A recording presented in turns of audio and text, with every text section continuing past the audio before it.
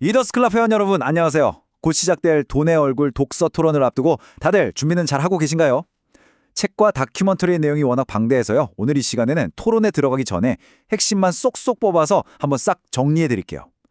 돈의 진짜 얼굴을 찾아가는 여정, 지금 바로 시작하겠습니다. 자, 오늘 우리가 함께 걸어갈 길입니다. 먼저 돈의 진짜 얼굴이 뭘까 질문을 던져보고요. 그 다음엔 돈의 첫 번째 얼굴인 신뢰, 두 번째 얼굴 시간, 세 번째 가치를 차례로 살펴볼 겁니다. 그리고 가장 현대적인 얼굴인 코드와 심리, 마지막으로 우리 자신의 얼굴까지 아주 흥미로운 여정이 될 겁니다. 자, 첫 번째 섹션입니다. 다큐멘터리는 우리에게 아주 근본적인 질문 하나를 툭 던집니다. 당신에게 돈은 어떤 얼굴입니까? 정말 단순해 보이지만 사실은 굉장히 깊은 질문이죠. 이 질문에 답하는 과정에서 우리가 돈과 어떤 관계를 맺고 있는지 그 속내가 드러나기 시작합니다. 다큐멘터리에 이런 말이 나와요. 돈은 야누스 같다고. 두 개의 얼굴을 가진 신처럼 한쪽은 천사 같은데 다른 한쪽은 악마 같다는 거죠. 정말 공감되지 않나요? 돈 때문에 우리가 살기도 하고 또 돈 때문에 죽고 싶을 때도 있잖아요. 바로 그 강력한 이중성, 거기서부터 이야기는 시작됩니다. 그렇다면 돈의 본질, 그 뿌리는 대체 뭘까요? 자, 두 번째 섹션에서 돈의 첫 번째 얼굴을 만나보겠습니다. 바로 신뢰입니다. 아주 먼 옛날 찻잎 벽돌이 돈이었던 시절부터 지금의 디지털 코드까지 이 모든 걸 관통하는 단 하나의 키워드가 바로 이 신뢰입니다. 책에서 아주 재밌는 얘기를 하는데요. 이 네 가지 조건만 맞으면 세상 모든 게 돈이 될 수 있다는 거예요. 들고 다니기 편하고 썩지 않고 다들 똑같이 생겼고 그리고 가장 중요한 거 다른 사람들도 이걸 돈으로 인정해 주는 것. 교도소에서 우표가 돈처럼 쓰이고 옛날 아시아에선 찻잎 벽돌이 돈이었던 것처럼요. 결국 핵심은 뭐냐? 바로 우리 이거 돈으로 쓰자 하는 사회적인 약속, 즉 신뢰라는 거죠. 자, 이 흐름을 한번 보세요. 정말 흥미롭지 않나요?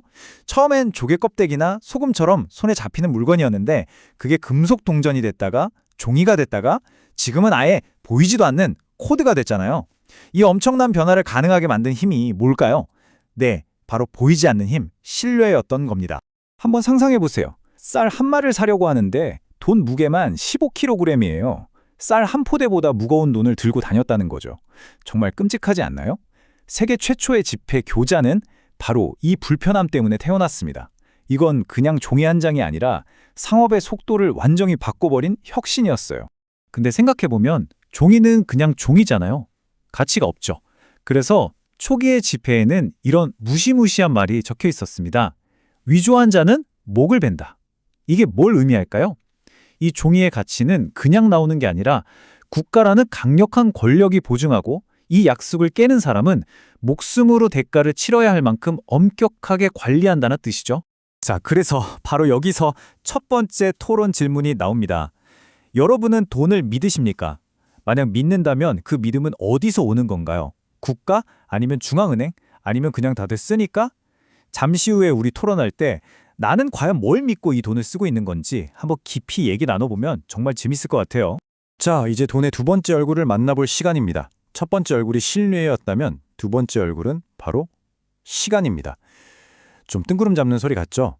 근데 우리는 이 시간이라는 얼굴을 이자와 빚이라는 이름으로 매일매일 만나고 있습니다. 금리라는 거 어렵게 생각할 거 없이 그냥 시간의 가격이라고 보면 돼요. 내가 미래에 벌 돈을 지금 빌려 쓰는 대가가 바로 이자고요. 반대로 지금 쓸 돈을 아껴서 미래로 넘기는 것에 대한 보상도 이자인 거죠.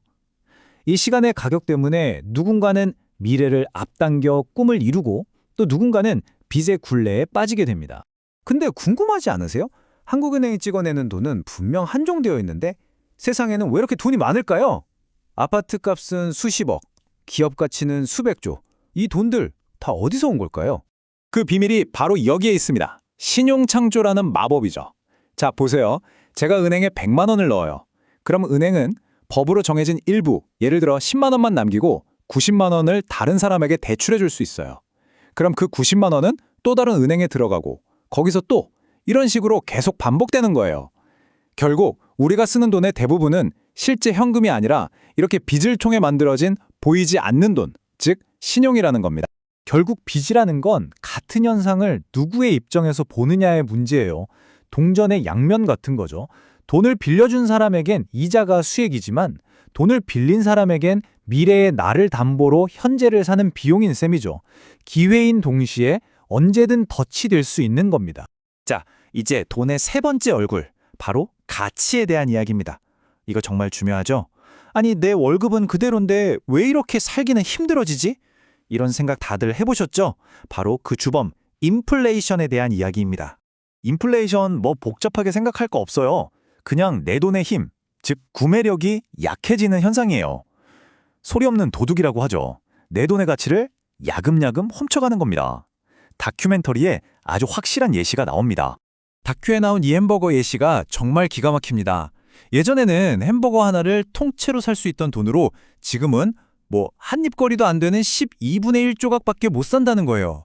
내 지갑 속 돈의 숫자는 똑같은데 그 가치는 이렇게나 녹아내린 거죠. 정말 무섭지 않나요? 이래서 우리가 화폐 착각에 빠지기 쉬운 겁니다. 자, 이 테스트 한번 보세요. A랑 B 둘 다 내 주머니에서 나가는 돈의 가치는 똑같이 7%가 줄어들어요. 그런데 대부분의 사람들은 월급이 오른 B를 선택한다는 거죠. 왜? 그냥 숫자 자체가 올라갔다는 그 느낌 때문에요. 우리는 돈의 진짜 가치보다 숫자에 속기 쉽다는 겁니다. 바로 이 화폐 착각의 현실이 다큐멘터리에 나온 이분의 한마디에 다 담겨 있습니다. 월급은 올랐지만 더 가난해진 기분이에요. 물가가 내 월급보다 더 빨리 도망가 버렸기 때문이죠. 명세서에 찍힌 숫자는 올랐는데 내 삶은 더 팍팍해지는 아이러니. 이게 바로 인플레이션의 진짜 얼굴입니다. 자, 이걸 우리 삶에 한번 적용해보는 게 두 번째 토론 질문입니다. 내 인생에서 인플레이션은 어땠나? 내가 겪은 물가 상승은 완만했나? 아니면 정말 숨막히게 가팔랐나? 각자의 경험을 나눠보면 이 문제가 훨씬 더 와닿을 겁니다.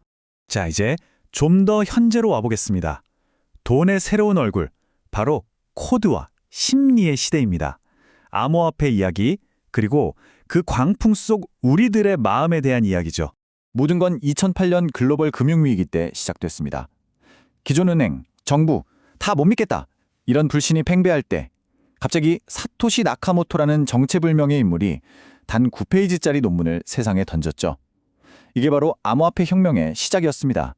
암호화폐가 내세운 약속은 이거였어요. 더 이상 사람이나 기관에 믿지 말고 수학과 암호로 짜인 코드를 믿자. 중앙은행 없이 우리끼리 직접 거래하고 모든 기록은 블록체인에 투명하게 남기자는 거죠.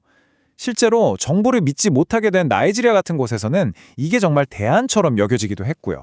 하지만 그 약속의 이면에는 엄청난 현실이 있었죠. 다큐에 나온 이 젊은 투자자의 고백이 정말 마음 아프게 다가옵니다. 벼락부자의 꿈이 순식간에 잿더미가 되어버린 거죠. 1억까지 갔던 돈이 20만 원이 되는 이 롤러코스터. 이게 바로 암호화폐의 또 다른 얼굴이었습니다. 이분의 이야기는 암호화폐에만 해당되는 게 아니에요. 결국 투자의 가장 큰 적은 시장이 아니라 바로 내 안에 있는 나 자신이라는 걸 보여줍니다. 탐욕과 공포 사이에서 흔들리는 우리 마음. 이게 바로 돈의 또 다른 얼굴, 심리 얼굴이죠. 자, 이제 마지막 섹션입니다. 우리는 지금까지 신뢰, 시간, 가치, 코드, 돈의 여러 얼굴들을 살펴봤습니다. 그런데 책은 이 모든 것보다 더 중요한 진짜 마지막 얼굴이 있다고 말합니다. 그게 뭐냐면 바로 우리 자신의 얼굴이라는 겁니다. 이 문장이 이 책의 모든 걸 관통하는 핵심이라고 생각해요. 우리가 돈을 어떻게 벌고 어떻게 쓰고 어디에 투자하는지 그 모든 행동 하나하나가 결국 나는 어떤 사람인가를 보여주는 거울이라는 거죠. 오늘 제가 준비한 내용은 여기까지입니다. 이제 이 마지막 질문들을 가슴에 품고 잠시 후에 시작될 여러분의 토론으로 넘어가시면 되겠습니다. 나는 지금 어떤 얼굴로 돈을 보고 있는지, 그리고 내가 진짜 믿고 싶은 돈의 얼굴은 무엇인지 정말 멋진 이야기가 오고 갈 거라고 믿습니다.